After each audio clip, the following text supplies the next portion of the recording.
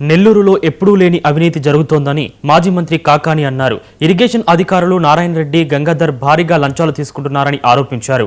అవినీతి అధికారులకు నిమ్మల, సోమిరెడ్డి అండ ఉందని ఎన్నిసార్లు ఫిర్యాదు చేసినా చర్యలు లేవని కాకాని విమర్శించారు. నాయకులు, ప్రజాప్రతినిధులు అండదండలుంటే ఎంతకైనా బరితెగిస్తారని చెప్పడానికి నెల్లూరు జిల్లాలో జరుగుతున్నటువంటి ఇరిగేషన్ శాఖలో జరుగుతున్నటువంటి అనేక సంఘటనలు ఒక ఉదాహరణ అని చెప్పి ఈ సందర్భంగా తెలియజేస్తున్నాను.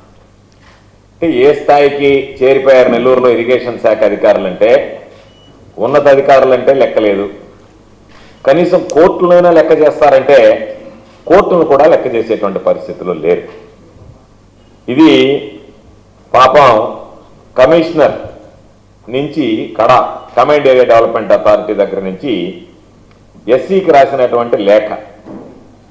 ఈ లేఖ సారాంశం ఏమిటి అంటే అక్కడ ఉంది, కోర్టు కేసులు పెండింగ్లో ఉంటే ఆ కోర్టు కేసులకి మేము డబ్బులు విడుదల చేస్తే కోర్టులో కేసులు పడ్డాయి, కోర్టులు సీరియస్ అవుతున్నాయి కాబట్టి వెంటనే వాటికి చెల్లింపులు చేపట్టాలి, జాప్యం చేస్తే మాకు శిక్షలు పడతాయి కాబట్టి మమ్మల్ని ఈ విధంగా మీరు కోర్టు కేసులు ఇబ్బంది పడుతున్నాయని చెప్పని చెప్తే దానికి నిధులు విడుదల చేస్తే ఎల్ఓసి ఇస్తే ఆ కోర్టు కేసులను పక్కన పెట్టేసి ఏదైతే కోర్టు సీరియస్ అవుతుందో, మీరు పలానా తేదీ లోపల చెల్లింపులు చేపట్టాలని అంటుందో వాటిని పక్కన పెట్టేసి మిగతా వాటికి చెల్లింపులు చేస్తే ఎన్ని రకాలైనటువంటి ఇబ్బందులు ఉంటాయి దానివల్ల అని చెప్పని కోర్టుకు సంబంధించినటువంటి కేసులను ఉదాహరిస్తూ ఆ అధికారులు కమిషనర్ కడా నుంచి ఎస్సీ గారిని ఎక్స్ప్లెనేషన్ అడుగుతూ ఇంత దురదృష్టకరమైనటువంటి సంఘటనలు ఎన్నడూ జరగలేదని చెప్పి మీ వల్ల మీరు తీసుకుంటున్నటువంటి నిర్ణయాల వల్ల మేము ఇబ్బందులు పడుతున్నాము